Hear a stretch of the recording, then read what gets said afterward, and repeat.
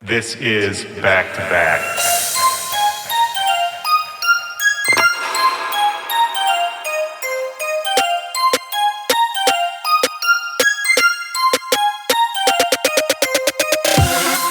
Hey, what's up, Back to Backers? This is Willie Joy. Welcome to the show. This is Back to Back.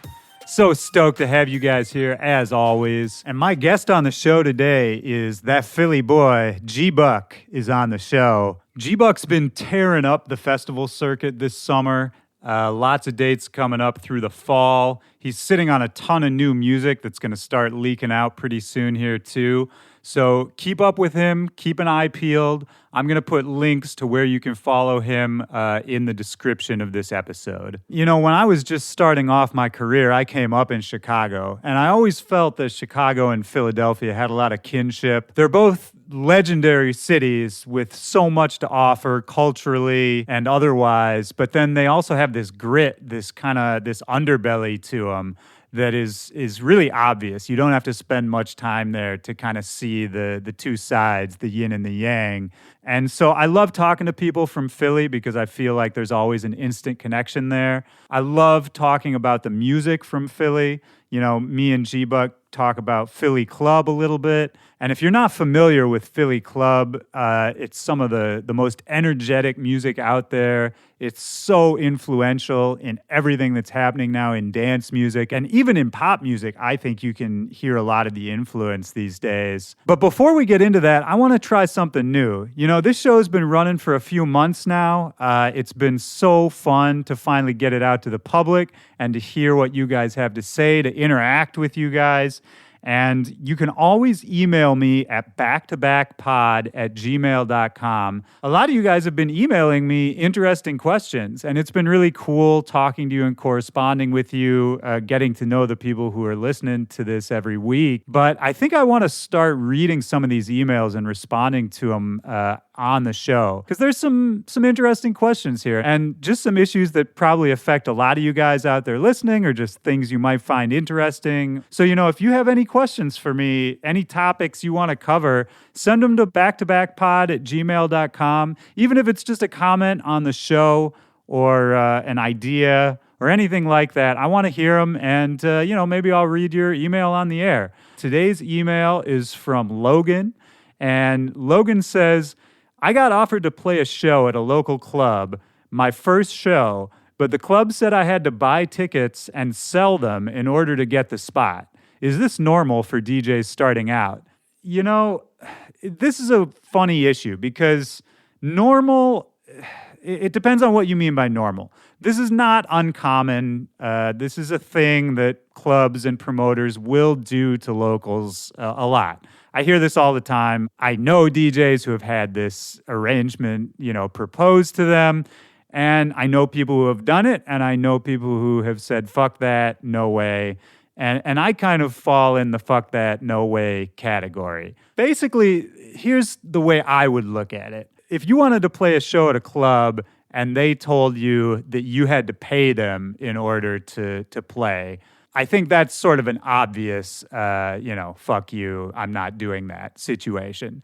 And to be fair, I actually do know clubs that have done this, and I know of people who have said yes. But I think we can all agree that's generally going to be a bad idea. It's kind of just one of those scam ideas. And to me, having to sell tickets to your own show, whatever it is, having to sell 10 tickets or 20 tickets or whatever limit they're trying to put on you, honestly, that's the same as you just paying them money. But instead of you paying them money, you're paying them your time. And honestly, the club is just getting by on your clout, your influence. Any club worth their salt, any promoter who knows what they're doing, honestly shouldn't be relying on locals to sell tickets. And there's a separation of roles for a reason. There's the club, the owner who owns the venue, physical space. There's the promoter who puts on the show, comes up with the idea, sells it to people, puts the artists on. And then there's the artists. And everyone brings something to the table, and we all work together. But I don't love it when the lines start to blur and the promoters start wanting the artists to also be promoters. there's this weird thing in 2017 where everyone's supposed to be, everything. You promote yourself, you do everything. But at the end of the day, here's the deal. If you become known to this promoter or to this club as the guy who sells tickets to their shows, they're not going to look at you as an artist. They're not going to be invested in building your career. What they're going to be interested in is how many tickets you sell for them. And, there probably are lots of successful DJs that did make their start this way. Again, this is not uncommon. But I think if you can avoid it at all, you should avoid it. You should hold out, show them your value, and when the time is right, they'll want to book you anyway. So I think a lot of the times, especially when you're playing your first few shows, you're just so excited and you want so bad to just get on stage and do it. It's like losing your virginity. Sometimes you just want to lose your virginity so bad, you get into a not ideal situation, right? And most of the time you regret it. And this is the same. So don't do it. Don't do it. Hold out. Work on your craft, keep pushing. And if you do that right, eventually they're going to come back to you with a much better offer, or you won't even need them anymore when it comes down to it. So hold out. That's my advice. All right. So if you're listening right now and you have not subscribed to the podcast yet, well, first of all, what are you doing with your life? Really, what's going on here? What's the problem? Just hit that little subscribe button on whatever app you're listening. If you're listening on SoundCloud, follow the Back to Back account. That way, each time I post an episode, it's just going to pop right up on your feed, download right to your device. Super easy. It's there waiting for you when you get up to drive to work or hit the gym or take a hike or go skydiving or feed the chickens or plow the fields. Whatever your normal Tuesday morning activity is, I'm there for you, but you got to subscribe. And you can reach me on all social media at Willie Joy. The Back-to-Back account is at Back-to-Back-Pod. I love hearing from you guys. I love interacting with you guys. That's seriously the most fun part of doing this show for me. Leave a review if you're listening on iTunes. Give us a quick rating and a review. That helps a lot. And let's get into this episode with G-Buck. Like I said before, he's a Philly dude, and it comes through so strongly in his sound. That's really the reason I wanted to talk to G-Buck for this show. In dance music right now, in EDM particularly, there's kind of this sameness that a lot of people are falling into, where all the tunes are starting to sound the same. And even if they're not sounding the same, they're basically being made with more and more similar methods. And so this is maybe getting a little nerdy, but if you're someone who's actually making this music, you're noticing more and more common techniques that everyone is starting to use. And I think a lot of people are getting fatigued by that, both the musicians and the listeners. And G-Buck to me is a breath of fresh air because he doesn't sound like anybody but himself, instantly identifiable, and there's this kind of raw energy in his music. When we're talking, I kind of tried to draw some parallels between the Philly club scene and the juke scene in Chicago, which I'm more familiar with, but they both share that like unhinged energy, unpolished, that raw sound. And that's what I love so much about G-Buck's music. He pulls from so many different influences and he just lays it out in the music. I think it's honest music. I think it's fun music. I think it's great music to hear in the club. And we talk about all of that. We talk about so much more. So let's get into it right now. This is me and G-Buck back to back. Let's go.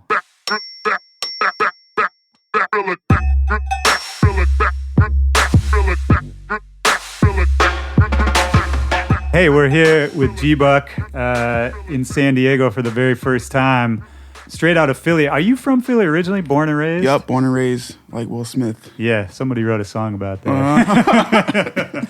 That's always annoying to me when there's a phrase where anytime you say it, you have to make a reference. Yeah. And I mean, the Will Smith thing, it's unavoidable. But it's anywhere in the world too. It doesn't matter. It's like, oh, West Philadelphia, born and raised. And it's like, sometimes you say it by accident, because I'm really from West Philadelphia. Are you really? Yeah. Literally, that playground he's talking about is probably about 8 blocks from where I grew up. So that's when I say, if someone asks where in Philadelphia, I say West Philadelphia. They're like, oh, like Fresh Prince, like whatever. Especially in LA, because like Bel Air. Yeah, like. of course they love that shit.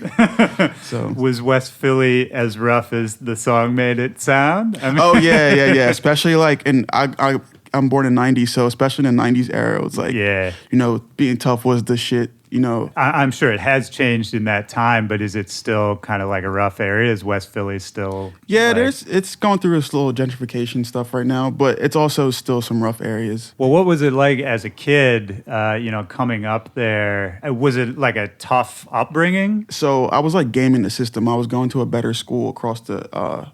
So I didn't go to school in West Philadelphia. Right. But I was like going to school in this Southwest Philadelphia, which is like whatever.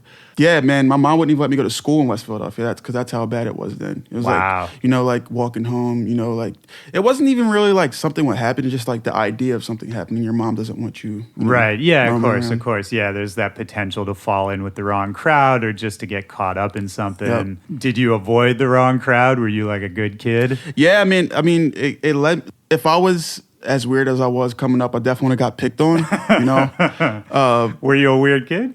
not really weird. I was just into different stuff than everyone else. You know, like I had my influences from my family. They were kind of weird. Like my mom's weird. She was into like weird music at the time. Like what? I wouldn't say weird, but like my house was kind of like a 70s house. So it would always be like some Parliament playing or like, you know, some George Clinton. But what's the one song? Word Up and Word Up. Oh, What's his name? Yeah, With a fuck. C. Something with a C. Cameo. Or I don't know.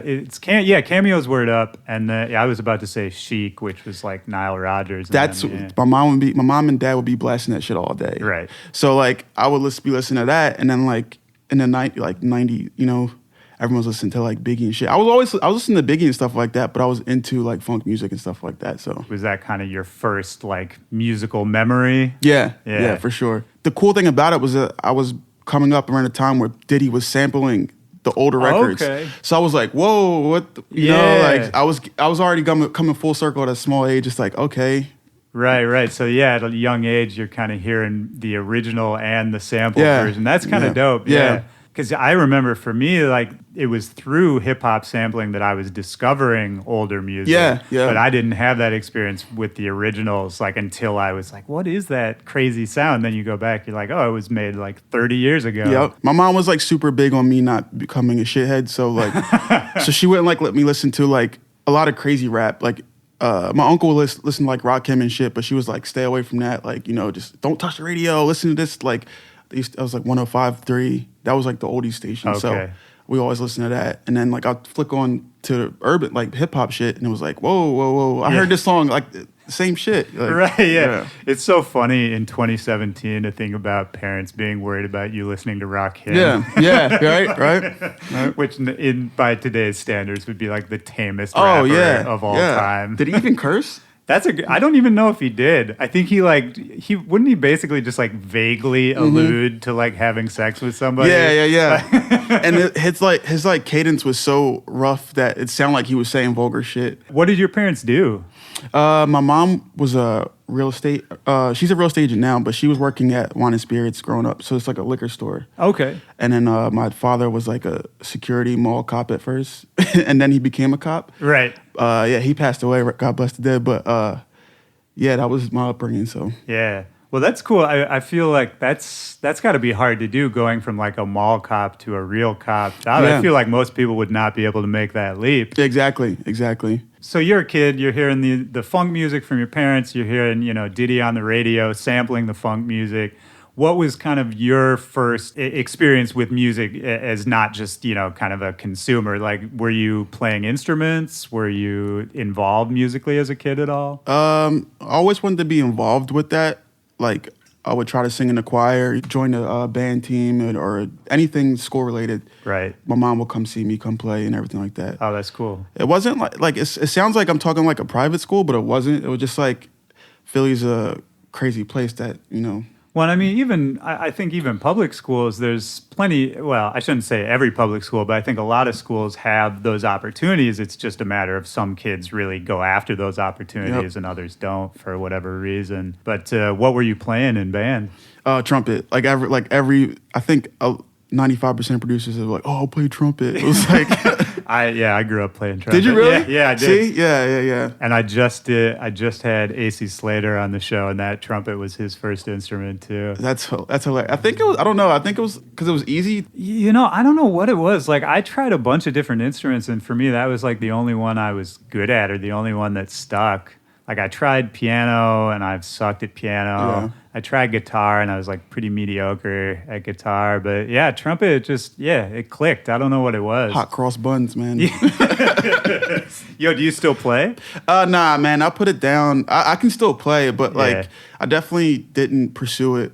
Dude, I've been wanting to pick it back up because I was pretty good. Like, I played all through high school, but I haven't played in so long. I mean, it's probably been at least 10 years now. And I know, like, I've tried to pick it back up a couple times, but, you know, it's like with trumpet, you actually have to have the muscles in your mouth. Like, it's just like exercising any other muscle. And so when I pick it up now, I just sound like a 5-year-old. That's true. But I would have to rent. I would try to play it now, but we had to rent them. So we had to get them and give it back in the summer. And so you couldn't like get involved as you wanted to. It's like, oh, I gotta wait till next year to play it again. Oh, yeah, that's tough. Yeah. Actually, was Philly club a thing in the 90s, or was there like any kind of like local dance music that was, at least that you were aware of at that time? Be More. Right. Baltimore. Yeah. Yeah. And was that in Philly? Like, could you hear that? Yeah, it was it definitely made its way down to Philly.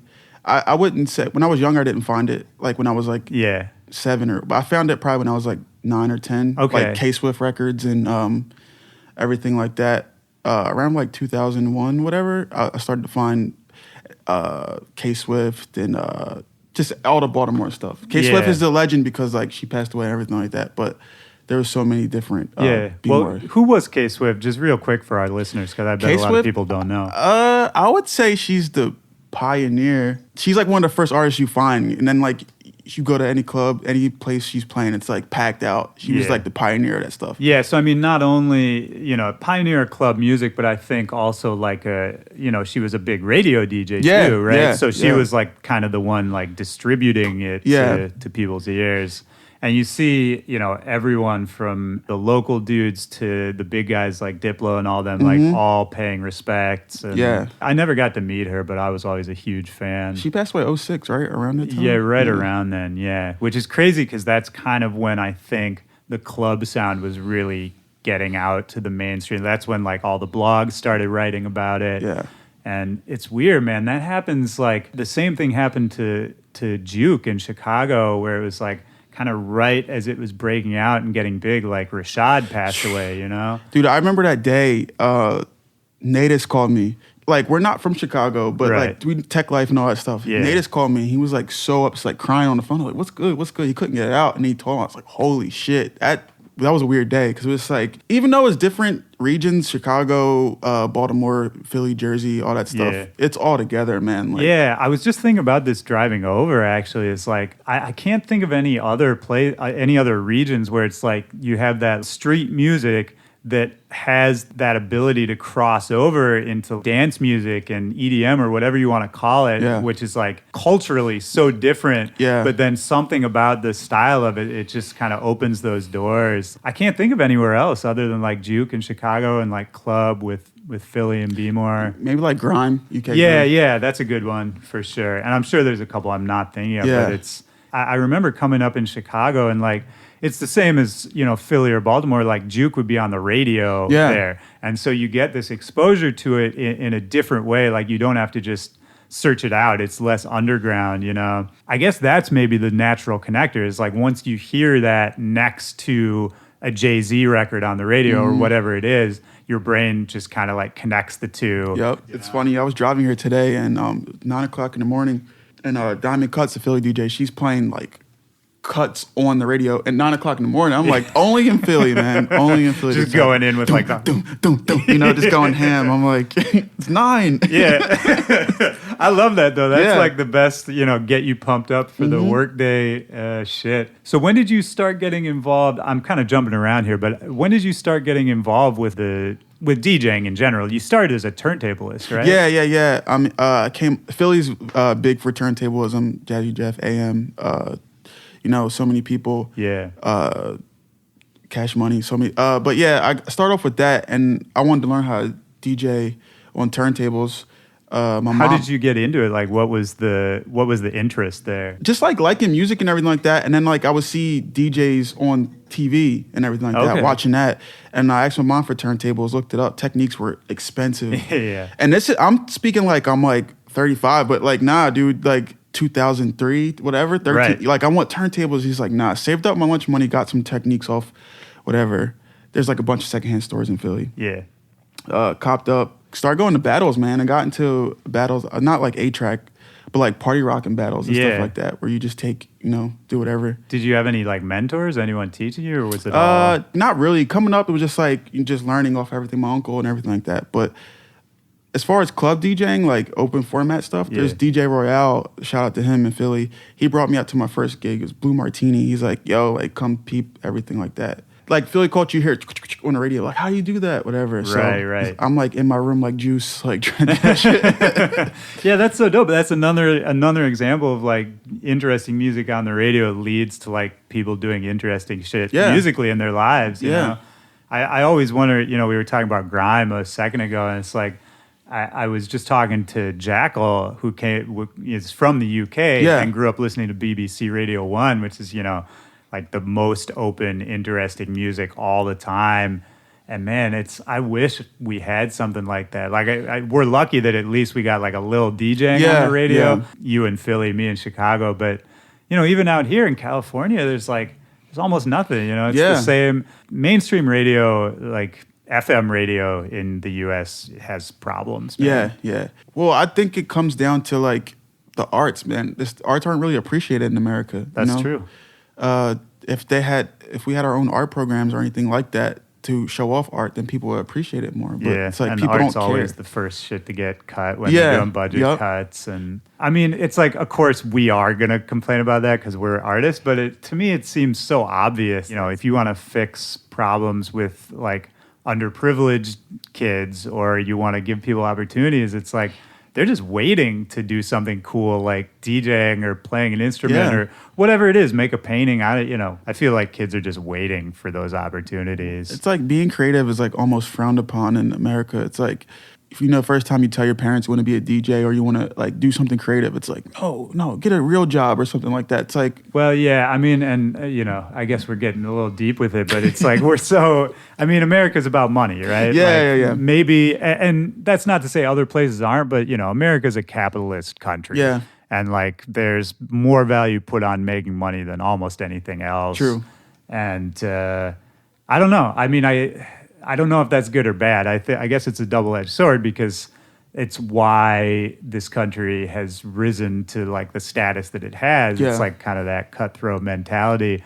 But at the same time, it's, I look at other places, like even Canada encourages the arts so much more than America does. They give grants to artists, just free money, basically. You apply to the government for money to make your music video. Like, that's such an insane thought. Yeah. And that's just happening, I did hear about that. That is crazy, yeah. Yeah, you can do it, man. I've talked to a bunch of my Canadian homies. Like, you don't even have to be a big artist. You just basically have to put together, like, a good proposal. That's amazing. Yeah, they'll send you 10 Gs. It's wild. About to move to Canada. Yeah. For a lot of reasons. Right. Right. But, yeah, let's get back to the turntablism. So you were starting doing little, like, party rocking battles. Were you winning them?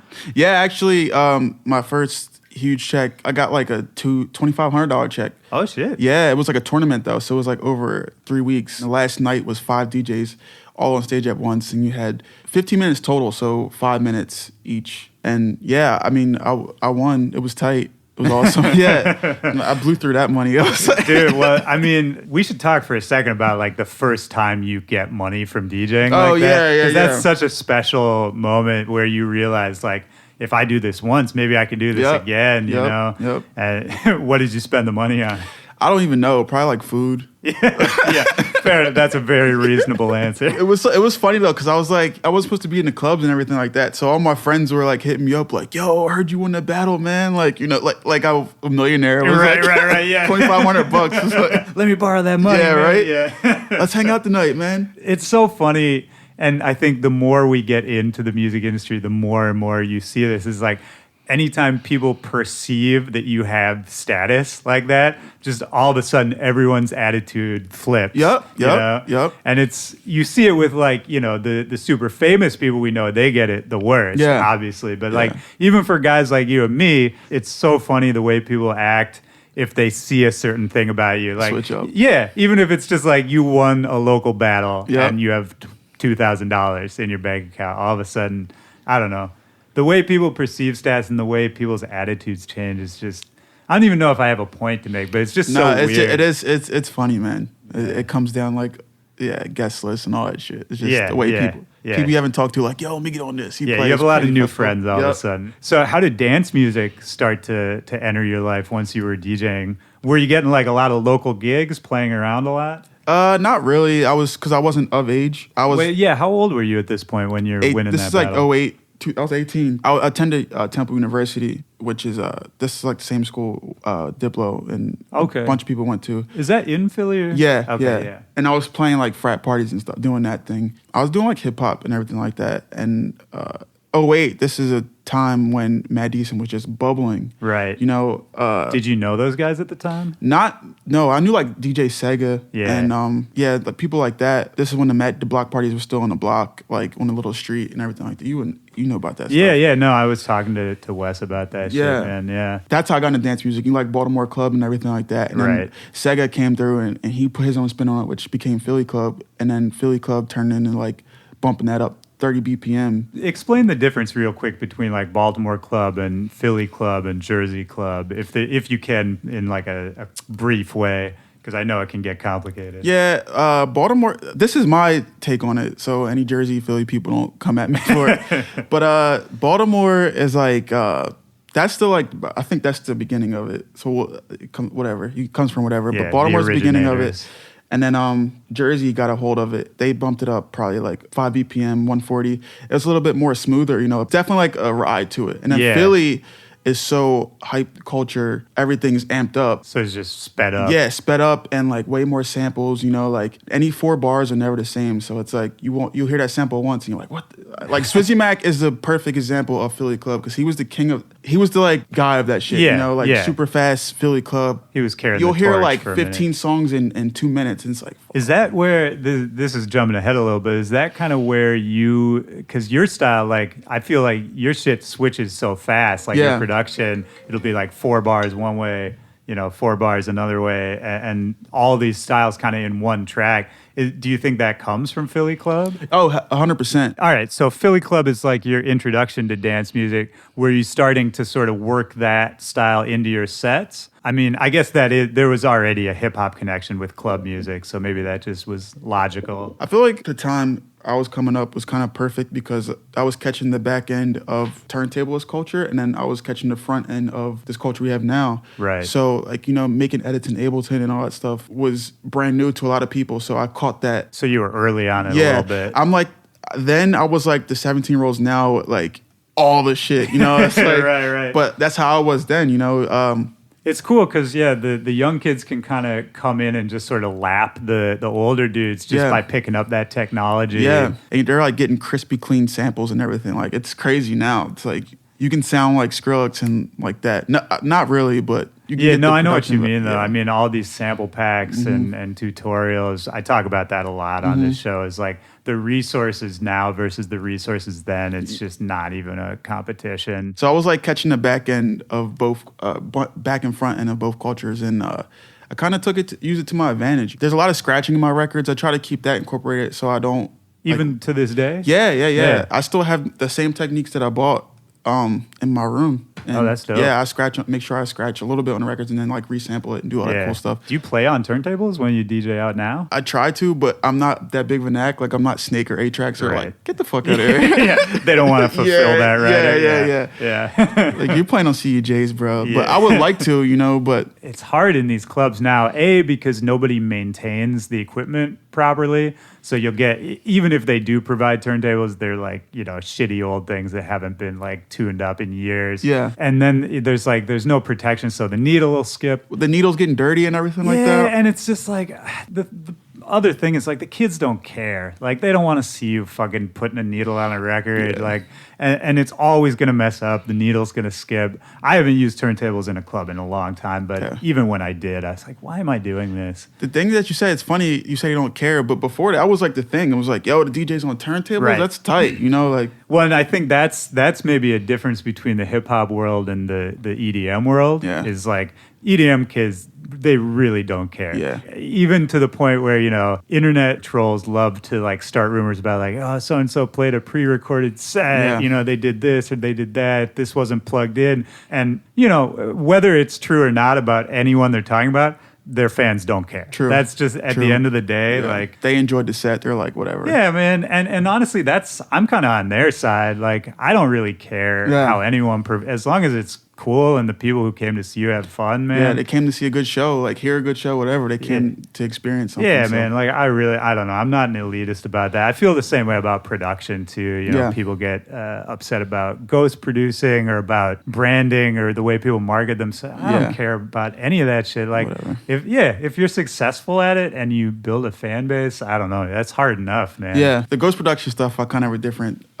Yeah, you get a little mad about it. Yeah, man. Not necessarily, like executive producing. I don't mind. So the difference you're making is like if you can look at the credits, basically, and if they credit the person who. Yeah, that's tight. But like just being like taking someone else's shit and just putting your name on it and putting it out, I hate that shit because like I don't know, they just get passes. You don't know how hard it is to make a fucking song, man. That shit is tough. So just the fact that you got the money to shell out and give to someone else to make it for you without you putting out any input, it's like, oh yeah, I like this, I don't like this. Right. At the same time, see, I just did an interview with a dude who does a ton of ghost production. And we were sort of talking about the pros and cons of it. And he's making money, first of all. So it's like... The people who are making it, I don't mind. That's tight. Like, get your money, whatever. But, I just mean the people who pass it off. It's like, just credit the people. And it's like, yo, man, it was my idea. I helped do this. Like, just credit them, man. Yeah. Like, I don't know, man. I go back and forth because I do feel that way. Like, it's... Obviously, it's corny to, like, take something someone else did and put your name on it. That's just corny. Yeah. But at the same time, like... If you have like a vision, you know what I mean? Yeah. And you can kind of frame what that person does in a bigger context and like make people understand it in maybe a way that that person couldn't. Yeah. I think about that like even when I collab with people, like I've done a bunch of shit with Brills. And Brills is like, he's a great producer in his own right, but he's very much a vision guy, and he's got this like whole aesthetic and this brand and he can kind of, everything he does, he fits it into that vision. And he doesn't have a ghost producer, but if he did, I was like, I don't know, I could see it for him working, or someone like him. I saw a wild video of Brills, man. He did like, it was like 15 instruments. He remade a song. Did you see that video? Yeah. I was like, what the? That's he's crazy, nuts. man. Yeah. He's such a talented dude. Yeah. Well, he used to be a dancer. He was a hip hop dancer before he was a DJ, any of that. So yeah, he goes deep, man. I don't know why I used him as an example because he makes all his own shit. It's always cool when the producer has like some kind of like weird history to them. It's like, oh, he was a dancer. Dude, it's I like, love, what was like your weird job you had before you were a DJ? There was this company, I forget the name of it, but we were making like buffing pads for cars. Oh shit. Yeah, and we would just like put it on there, glue it. It was like a factory. Like you were on the line? Yeah. Okay. But it was tight because I was making like a lot of money like compared to like, my friends. Were you in a union or something? Nah, it was just like a factory job back in the factory somewhere, and you just walked up like, can I get a job? And they're like, yeah, go be a slave. not But no, I was making like good money doing it, but then it was hard work. Yeah. It was hard labor. Yeah. When were you able to get out of that kind of work? Like, did the DJ money just kind of pick up after a while? Like once I got that check, that $2,500 check, I was like, yo, I'm out, you just bro. quit like, everything. Yeah. Thought I was gonna be like the next craze. I was like, I'm winning all the battles and everything like that. Yeah. Well, it's so funny the first time you get money like that too, because I had similar things where it's like $2,500 in this day and age, it's like that's rent for a couple months, maybe. But at the time when you're young like that, for me, $2,500, I was like, I'll never need money again. Yeah, exactly. I was buying like purple golf shirts with purple sneakers and shit. I was balling. Bro. Yeah, I was killing it for like a month, bro. Was that what was popping in Philly at the time? Purple and purple? Just like it was like the Dipset days. So like you had like the pink and all you were on colors. your camera. And yeah. It was the East Coast, man. So like all the big shit. You know? The time you were starting to win those battles and playing out a little more, was that also the time you were starting to produce your own music? I was making like club and stuff, but I was like keeping it to myself. Then I started making club edits of songs, and I would use those in my battles, and they would go off, and I was like, all right, might as well start doing that a little bit. So I definitely started by editing, and when I saw Diplo first play live, Diplo and Sega saw them first play live, I was like, holy shit, like this is, and I saw the crowds, and the crowds were nuts, you know, like, I was like, all right, I'm gonna try to do this shit. Like, right? You know? That's I've seen so many times, because I used to DJ for a lot of rappers back in the day, and every time I would bring them to one of the like dance DJ shows I was doing, like their eyes would just get so big. Like I love that moment of just the realization of connecting those cultures. And now, I mean, you see it now, it's like every rapper wants to do dance shit, and like, or even the ones that don't do dance shit, their shows look like EDM shows now. Well, you know? before, I would say the first person, I used to do hip hop DJing too, and I was touring with this band called Dean's List. Okay. I was their DJ, and the headliner of the tour was MGK. Oh, yeah. This was before he was MGK now, obviously. I remember playing to like a show of like 5 people. It was like no one in there. But he was still like hanging from the like raft, like speakers and shit like that. And his energy was like super EDM energy. And it's like, I think that was kind of like the beginning of that style. I don't know. He was super early on that for sure. I mean, I think it's a combination of kind of like fucking maniacs like him, and then the, you know, Little John, the crunk shit that was coming out of Atlanta, which was that same energy. It wasn't necessarily like as wild, but it was still that same, just like pump you up. Now people are just getting like beat up at shows and shit. Dude, yeah, people are getting beat up. I mean, I feel like there's so many, now it's like a competition for rappers, like who can jump off the highest thing. Yeah. Somebody's gonna die, man. Uzi's been up there. Yeah, he was up there, and somebody else too. Do you ever know? Travis Scott. Oh, yeah, Travis Scott, yeah. Did you have any run-ins with Uzi when he was still in Philly? We had like a couple studio sessions. The Roots have a studio on 7th and Cal Hill in Philly, and this engineer, Mike Jers, would bring us through. So I was in there with like Swizzy Mac, Uzi, Dirty South Joe. Yeah. Dirty South Joe would bring Uzi through because that was like his guy. Right, yeah. I met Uzi through Dirty South Joe too. We were playing this festival in D.C. together, and it was like Uzi's first out-of-town show. Yeah. But he was just glued to the window of the cab the whole time. Yeah. I'd never seen anyone so just in awe of the world. Yeah. And he was like, literally, bro, I've never been outside of Philadelphia before. Yeah, man. And that just blew my mind. He was like, people live here? This is crazy. No, like, crazy story about him. Joe brought him through, and he was just chilling. We were all playing our beats and everything like that. And I swear, every single beat he hopped on. Like, he hopped on every single beat, like, murdered it. And we're like, what the, like... Yeah, and then, like, who is this And then, kid? like, we went to go drop him off, and, like, he just told us to drop him off, like, in the street. Really? You know how you, like, someone pulls up to your house and, like, yo, this is my crib right here. Yeah, He's like, yo, drop me off right here. And we're like... Where? He's like, you're right here. He just hopped out. He's like, all right. Maybe it was one of those things where like you don't want your parents to embarrass you, so they drop you off like a block away and then you walk home. Yeah. Or maybe he just didn't want you guys to know where he lived. Try that. I think he's going to be a superstar once his album drops and everything like that. Yeah. You can tell he's got that star quality for sure. Mm-hmm. And just all the shit he's making, it's crossover music, you know? And I think we're just starting to see what he can do. Yeah. I mean, do you hear, I don't know enough about like local Philly shit. Does he sound like Philly to you? Can you hear influences with him? You can tell he's been hanging around with some Atlanta people now, but his flow is like when he starts rapping, you can hear it in him. Yeah. He has that meek flow where it's like a ba-da-da-da flow like that. Yeah, that's true. Actually, I didn't think it's like a rhythm within a rhythm. So that you can hear that sometimes. Is Meek Mill like the godfather of Philly rap right now? I mean, I feel like he's still got so much love in the city, and I love Meek Mill. Like I think Meek Mill's really dope. But I feel like in Philly, it's different. I don't know. People like worship him in Philly. I don't know. Like that's a tough question though, because then we had like Beanie Siegel, all these. Right. It's different generations though, I guess, right? Yeah. Because probably a lot of was Uzi listening to Beanie Siegel? Like probably not, right? Uzi was listening to Philly club music. Really? There's videos of him on YouTube of him dancing to Swizzy Mac. Oh, that's dope. Like Wu-Tang and like doing that crazy shit. Yeah, there's videos of him doing that. So that's dope. Let's talk about you're getting your feet wet in the dance music world. You're making your edits of the club songs. What was your first step into like the dance world for real? Did you meet somebody who kind of like got you into it, or was it kind of your music online that started opening those doors? Like the Mad Decent block parties, Sega, everyone. Yeah, I met yeah. like Floss. They won't remember me, but I remember when they were playing like smaller shows, like really small bars. Yeah, Yeah, so it's people like that, you know, and then coming up like Swizzy and Slink from Jersey. right. As far as like mainstream stuff, like Diplo was the first to play.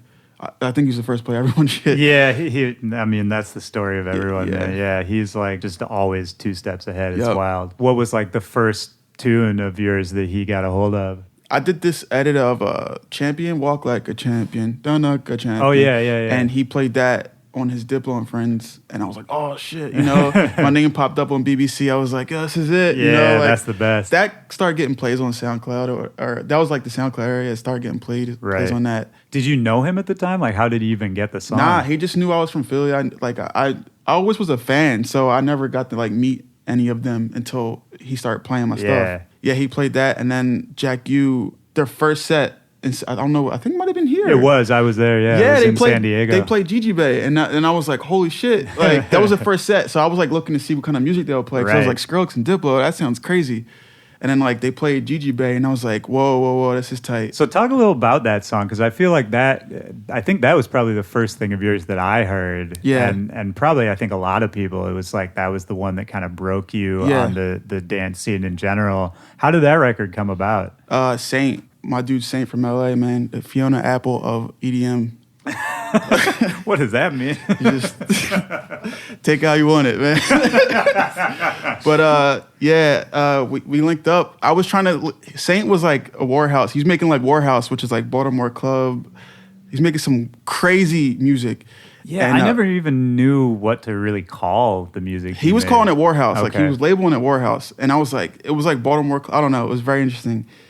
I was trying to link up with him for a while, emailing him a million times, and then he finally hit me back like, whatever, let's work on a record. Yeah. He sent me. He's like big into K-pop, which is the sample we used. Right. And, he sent me that, and then like we just went back and forth on it. He did the bells and everything like that. I was doing the drums. It just worked, like that twerk era of music. And I think it was like a cool sample no one had heard before. You know. Like, Yeah, it was definitely an interesting sample, and I think the time period helps too. I feel like that twerk era, I don't know why, but it just opened the doors for a bunch of new people Yeah. to kind of come in and really take over. It wasn't as, I think it was cool because it was like you can dance to it even if you have, I don't know. I guess it's like the Moonbaton era or like the shit that's on the radio now. It's still the same. You can still do that 100 BPM clap to it. So Yeah. I mean, maybe it's it's easier, it's more palatable for Yeah, people who yeah. don't know so much about dance music Yeah. to just kind of like groove to it. And did that eventually come out on Mad Decent, that record? no, we released that through Benzi's label. Oh, yeah. Get Right. Yeah, Get that's right. Records. Yeah, shout out to Ben. I think I remember him sending me that, actually. Yeah. And the crazy thing about that song is that CL got a hold of it. The person we sampled, and she performed it at like the Korean Style Awards. Oh, shit, okay. Yeah, she brought Diplo over. That was when they first started kicking it, CL and Right. Diplo, and they performed that song, and we're like, oh, this is crazy. Yeah, that song was like tight, man. That was like opened Yeah. a lot of doors. Well, talk about that a little bit. Like, what happened after that song came out? Like, what doors were opening? How did it start growing for you? Well, that was around 2013, so that was like when Jack U was assembled. Yeah. They started playing all their shows and stuff like that. And my sound was like, I guess it's like a Jack U sound. So they started playing more of my stuff. They played Gigi Bay, and then they played their first Ultra set, and they played my song Twerk, which was Right. like hard style sims over twerk music, like whatever. Yeah. From there, man, Skrillex and Diplo just kept supporting. So What's next for you at this point? Because I feel like you've gotten you've gotten the cosigns from basically everyone. I mean, you're touring around. You've done some international touring too, right? yeah, I did Australia. Australia's the best, man. I was with OK over there. Oh, okay. Yeah. That's San what's Diego keeps popping up in his interview. It's crazy. Yeah. Well, I mean, it is the city we're in. So Yeah. real quick on the Australia tip, because I just came back from Japan on Monday. Yeah. Did jet lag, like, I have trouble with jet lag, man. I Yeah. still, like, I feel crazy even now. And Yeah. I've been home for a week. Like, did it kill you the first time around? Yeah, over there, yeah. I like coming back home from over there? coming back. Yeah, I was done. Yeah. I was done. Yeah, I think I came back on my birthday, and I had Oh, to. shit. So I had to play in LA, which was even worse because I came back to the East Coast and had to go back 3 hours again. Oh yeah. So when I came home, I was all messed up. Yeah. Like whole holidays were messed up. Have you done much traveling in general, like outside of the country? Not for DJing, but just like at all? I've been to Mexico. Yeah. Mexico's tight. I've been to Mexico. That's really it, man. Like not too many places that. Like, Well, it's cool the places music takes you, man. Yeah, for real. I mean, when all of us, there were a bunch of us in Japan last week, and we were all talking about the fact that I never would have gotten out there had it not been for music, you know? And the fact that you like know people out there. You're like, you're out there where you're like peers. You're like, this is tight, man. Like, yeah. That's maybe one of my favorite things about the music scene is like the people it brings into your life and the places you get to go. Because there's so much other bullshit we have to deal with to live this kind of life. Facts. And not that I'm complaining, but it's, you know, it's a lot of anxiety and it's a lot of the bullshit that the public doesn't see that we kind of have to just deal with on a daily basis. You know, we're working DJs and we have tunes and our music is good and we play shows, but we're not famous. And it's, you know, it's not like our success is guaranteed. You know what I mean? Like, I feel like we're just in that grind phase.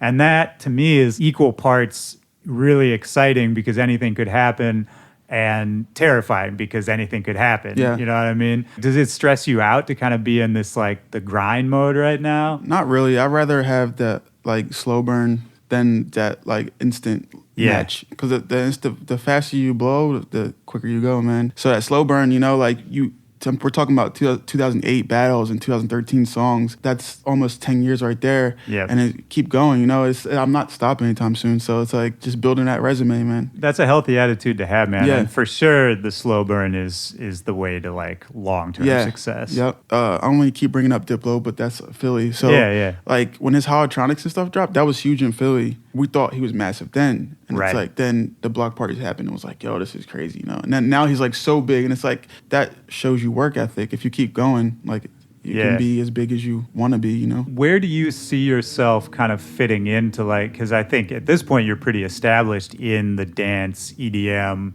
world, but to me, like, your style and your production, it still kind of has roots in a bunch of different places, you know? And so do you sort of feel like you're just sort of intersecting with dance music at a good time? Like, I feel like you would be making the shit you want to make regardless of like what was going on with the dance scene. I just want to express myself. You know, I don't want to chase any trends. I'm not chasing any trends, you know.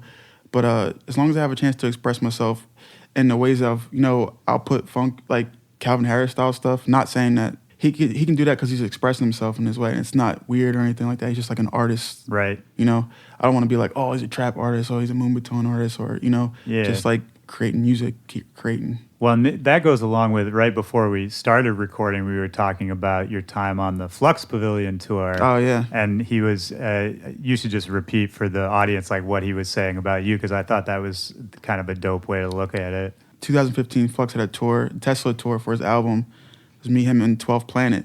And I was the opener, 12th Planet after me and Flux. And, you know, I just went and played and did my thing. Played a couple of shows, and then I got a call months later. Flux was doing another tour, and he told, like, personally was like, yo, I personally handpicked you because, you know, I liked your vibes when you opened up the tour. You weren't burning me for any records, you know, you just played your own vibe.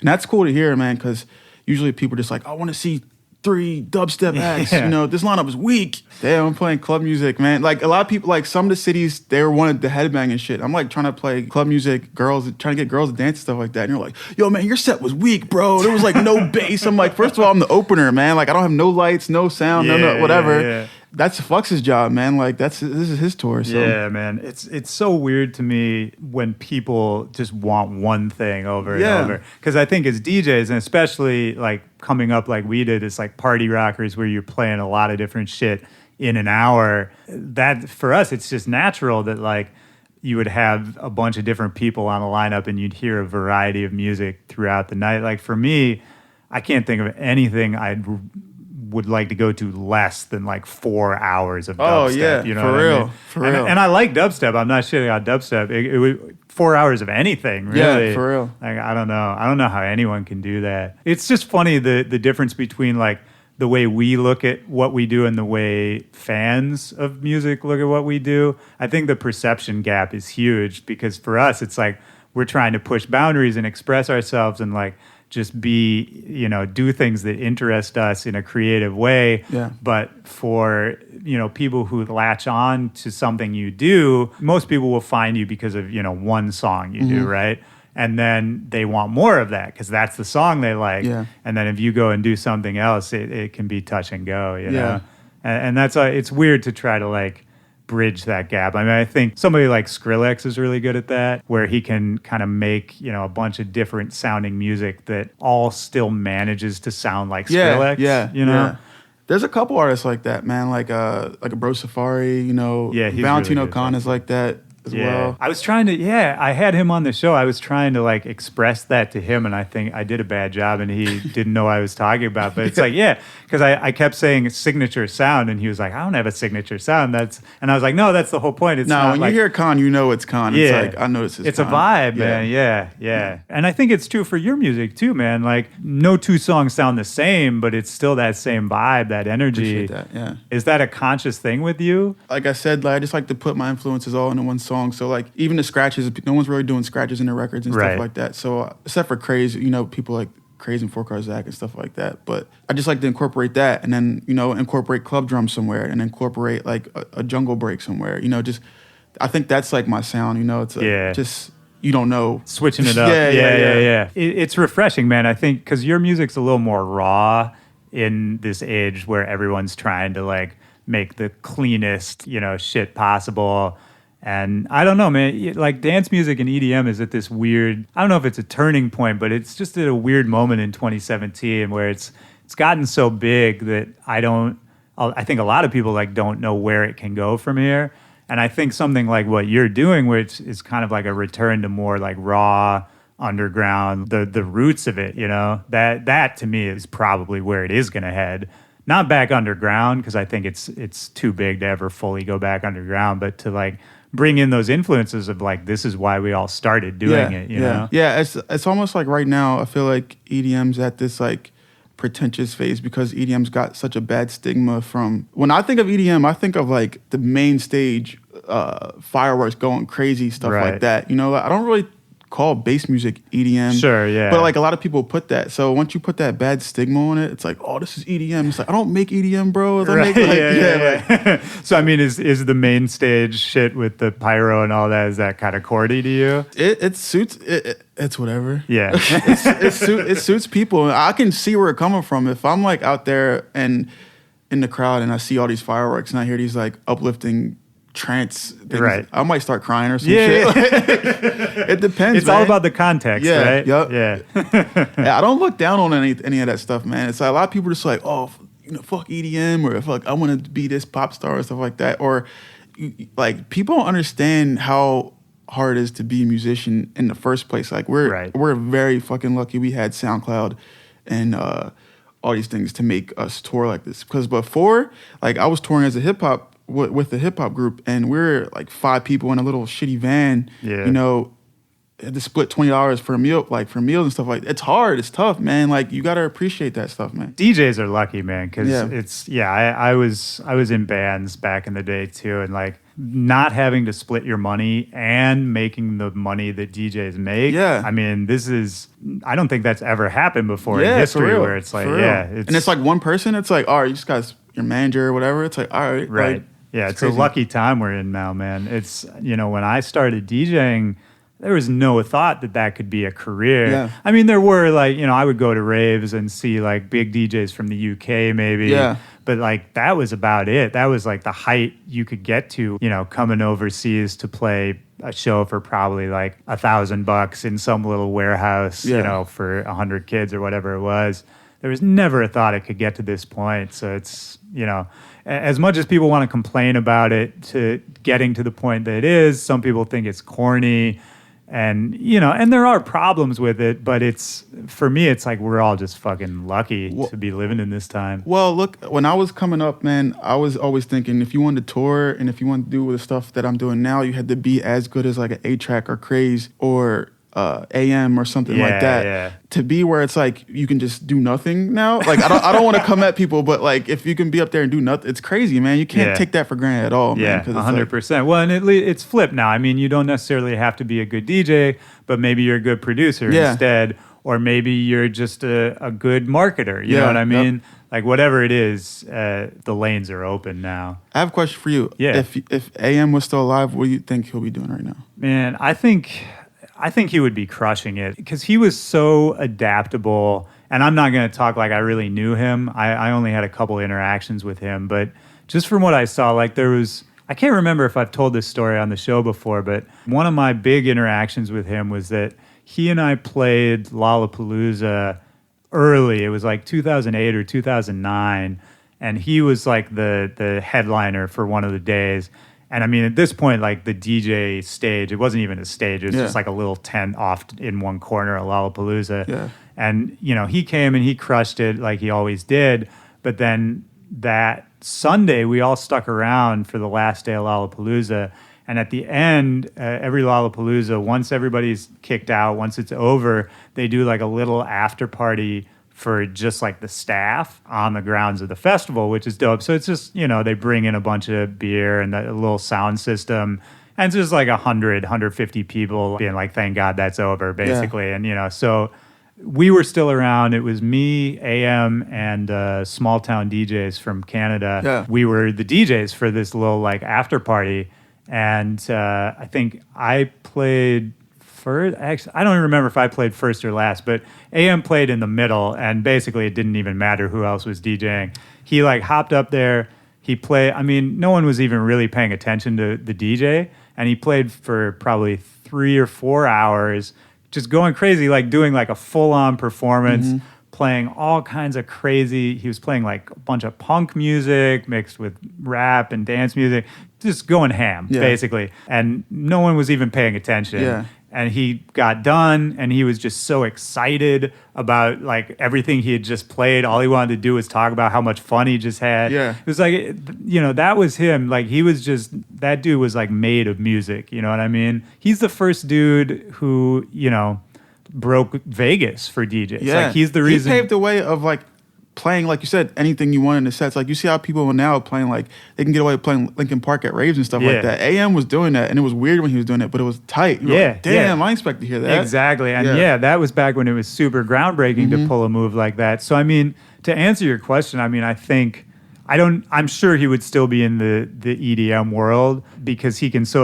he would just straddle the bottle service line versus the rave. Yeah. He could do any of it. That's true. So adaptable. Probably he'd be producing more. Like I bet there would be like DJ AM singles on, you know, whatever. For sure. Well, on Dim Mak, because I guess that was his label. I think he had one. Yeah. I mean, I'm sure he's put out tunes too, but like I'm sure he would have like club smashers. Yeah, you know what I mean? Yeah. But yeah, man, R.I.P. DJ AM. He's such a groundbreaking dude, and I worry sometimes. Like culture moves so fast now, and the internet moves so fast. You know, kids who just became fans of dance music in the last couple of years don't even know who DJ AM is. You know, it's funny you say that because like I feel like that's the first thing you find when you do your YouTube DJ search is you're like, I don't know now, but like I know before when YouTube emerged, like AM was the top one. It was like, yo, watch these. I think I've seen every single AM video. Like, it all pops up. You know how you click the link, it all pops up on my thing. I already clicked it. Like, right. Then and then it like suggests more and shit. Yeah. All right, man. Well, we'll wrap this shit up. But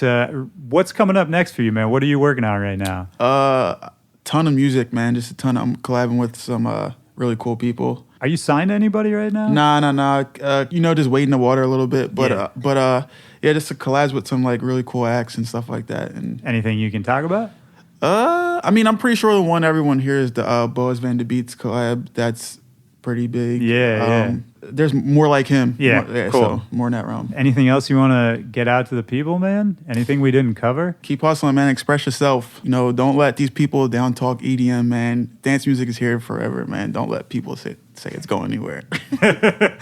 Fuck yeah. That's such a positive note to end it on, man. Like don't listen to these people, man. Like EDM's not going anywhere. Well, the term EDM can go somewhere, but like dance music isn't going anywhere, man. Keep making it. Make your weird sounding stuff. Dance music isn't going anywhere. Yeah, so. That's a great way to end it, man. I think the people listening to this show could learn a lot about the way you're doing it too. Stick to your guns, man. Like use your influences and just don't copy other people. Yeah, just do your own shit. Exactly. And people will take notice. Exactly. All right. That's like the most positive ending to a show I've ever had. Rest in peace, Big Mac all day. Rest in peace, Big Mac. Absolutely. All right, man. Well, thanks, dude. I appreciate it. Thank you for having me, man. Yeah, it's good to see you, dude. Are you coming out tonight? Yeah. All right. All day. Unless I Excellent, fall Mike. asleep from this jet lag. Oh, see. yeah.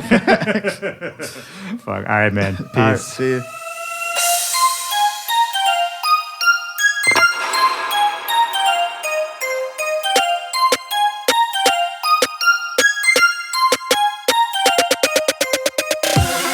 All right, that's the show. I got to thank G-Buck for coming through. Man, I really love chopping it up with you. I hope you guys did too. Such a good conversation. I'm going to post the links to his website in the description of this podcast. If you're not already familiar, you got to go check his music out. It's so dope. No one else is doing it like him right now, and there's so much potential. You can tell there's so much more to come. My name is Willie Joy. You can find me on all social media at Willie Joy. You can email me at backtobackpod@gmail.com. Send me your thoughts, send me your questions, send me your comments. I'm going to start reading a lot of these on the air now, so I want to get more interactive with you guys. I hope you guys are good. I hope you're staying safe. If you're anywhere in the hurricane area, in the wildfire area, in the earthquake area, we got some problems right now, man. Stay safe, guys. Take care of each other. I'll talk to you next week. Peace.